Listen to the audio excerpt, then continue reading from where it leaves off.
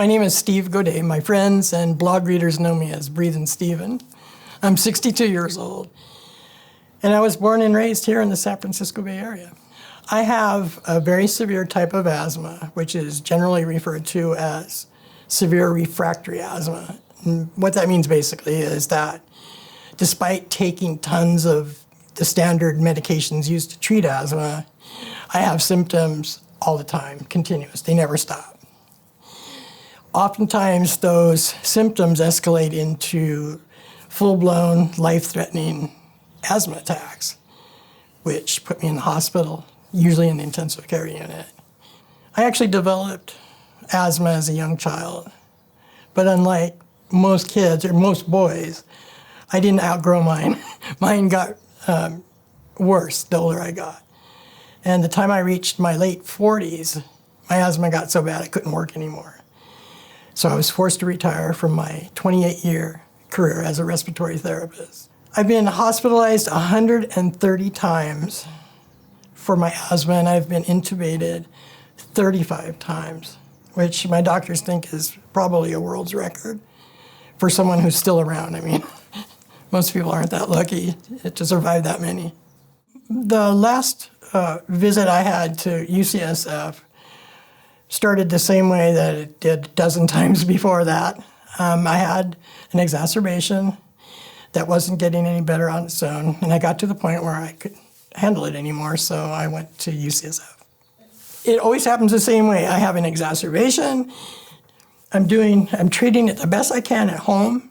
I get to the point where I can't handle it anymore, so I go to UCSF to the ER. When I get to the ER, they treat me with the standard asthma protocol stuff, which is lots of IV steroids, continuous nebs, and BiPAP. On this particular occasion, though, I was so sick that none of that stuff worked. So a few hours later, they ended up putting a breathing tube in me and putting me on a ventilator for a couple of days. What made this visit different is that when I came off the ventilator a couple days later, I was actually breathing pretty well for a while. But I'd say later that evening, I started getting really short of breath again. I could feel my lungs tightening up.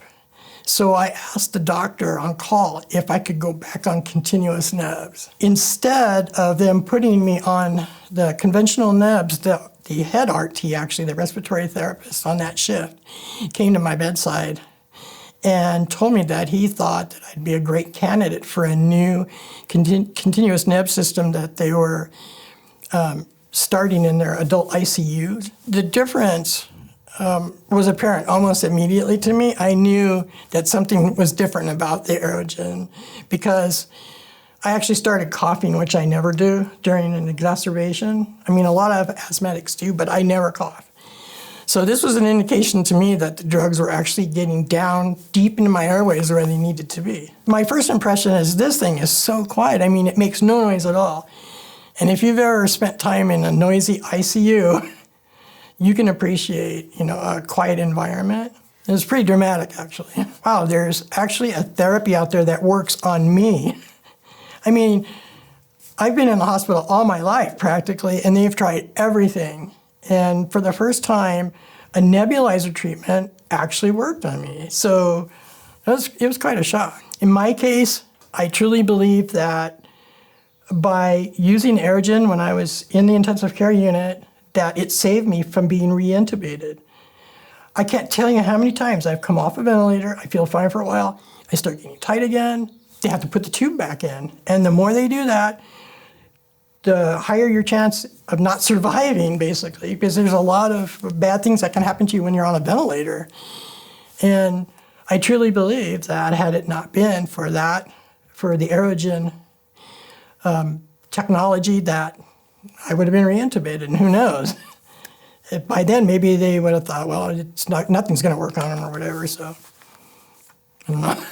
I was so impressed. In fact, the next day, I felt well enough to go home, directly from the ICU, mind you. So it definitely made a difference compared to the conventional nebulizer.